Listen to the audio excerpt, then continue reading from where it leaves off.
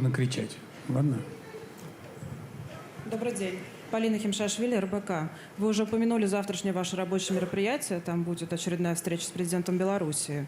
Скажите, пожалуйста, на ваш взгляд, каким должно быть союзное государство? Что должно быть общего в политике и экономике?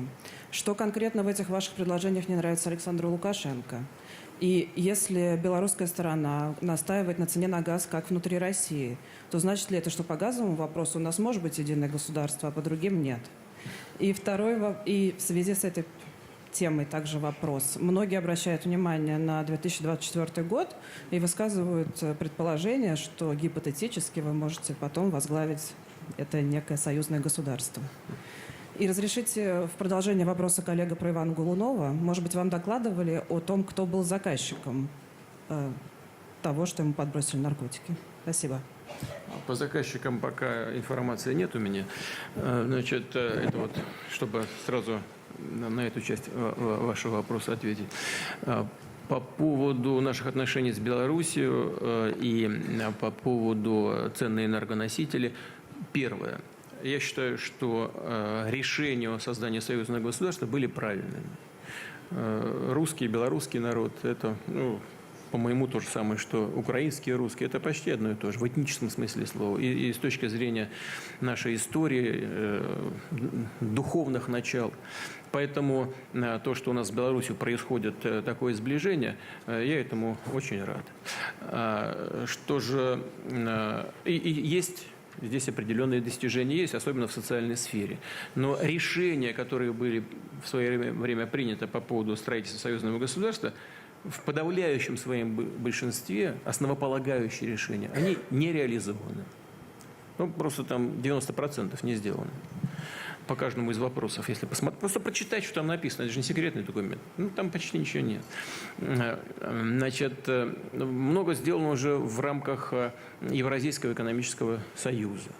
И в чем-то даже в сфере экономики интеграция в рамках Евразес, она глубже, чем в рамках союзного государства. Именно поэтому мы и приняли решение с Александром Григорьевичем вернуться к этому и посмотреть, что же нужно сделать дополнительно, чтобы ускорить процесс формирования союзного государства.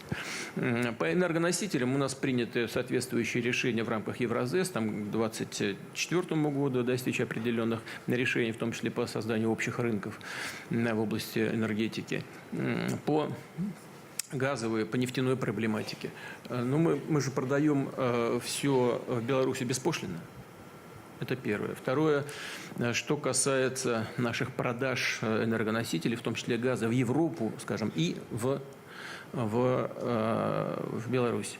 Во-первых, у Беларуси самые низкие цены, которые только возможны для наших заграничных партнеров. Напомню, это $127 за 1000 кубов. В Европу за 200 мы продаем. Доходность от продаж в Европу и в Беларусь для «Газпрома» отличается, знаете, во сколько? В 4 раза. В 4 раза. У нас средняя взвешенная цена по России на газ $75 за 1000 кубов. $70 за 1000 кубов. 70 это для... 70 средневзвешенные, 75 для промышленности и $62 для населения. При этом, чем дальше от мест добычи, тем больше мы датируем эту цену. Смоленск относится к такой зоне, где датирование самое высокое. Самое высокое. Значит, Смоленск потребляет где-то 2 миллиарда 2 миллиарда примерно. В Беларуси мы продаем 20 миллиардов. И если мы будем датировать всю белорусскую экономику, то это значит, что мы, Россия, датируем целиком, в данном случае такой первичный энергоноситель, как газ, для всей страны. Это вопрос очень, согласитесь, очень странный. То есть Россия должна датировать другую страну так же, как самую датируемую в России область Смоленскую. Это странновато. Если вы действительно... Но это можно или нет? Можно.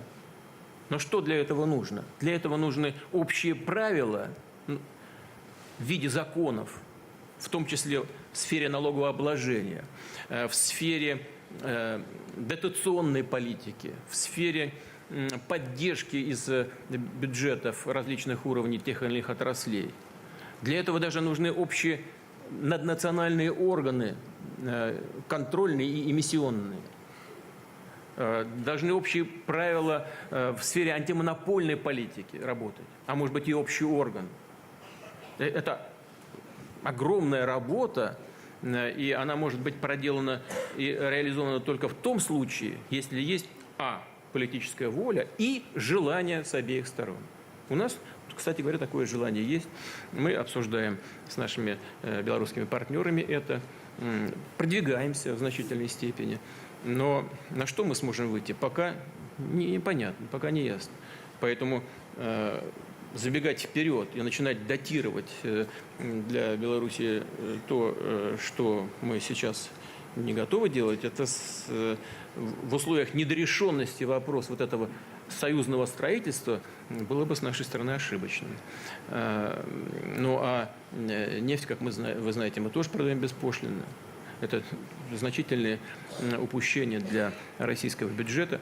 Да, мы занимаемся перенастройкой нашей налоговой системы в этой сфере. Мы постепенно увеличиваем НДПИ, налог на добычу полезных ископаемых, и постепенно также синхронно уменьшаем вывозные таможенные пошлины. В рамках этих процедур действительно в Беларуси начинает исчезать та премия, которую она получала в связи с отсутствием таможенных пошлин и последующего вывоза нефтепродуктов. Но это наша внутренняя политика. Это не связано с Беларусью совсем. Это связано с целым рядом обстоятельств, которые правительство Российской Федерации, Минфин, Минэнерго считает лучше для нас регулировать другим образом, другим способом, имея в виду потери бюджета, связанные с деятельностью экономических операторов внутри страны. Но мы понимаем все эти проблемы, ведем диалог с нашими коллегами и будем это делать дальше. Напоминаю, что мы по очень многим каналам поддерживаем наших белорусских друзей. Это одних кредитов выдано, по-моему, уже на Белоруссию около 7 миллиардов долларов. Где-то в таком ключе. И дальше будем продолжать это делать.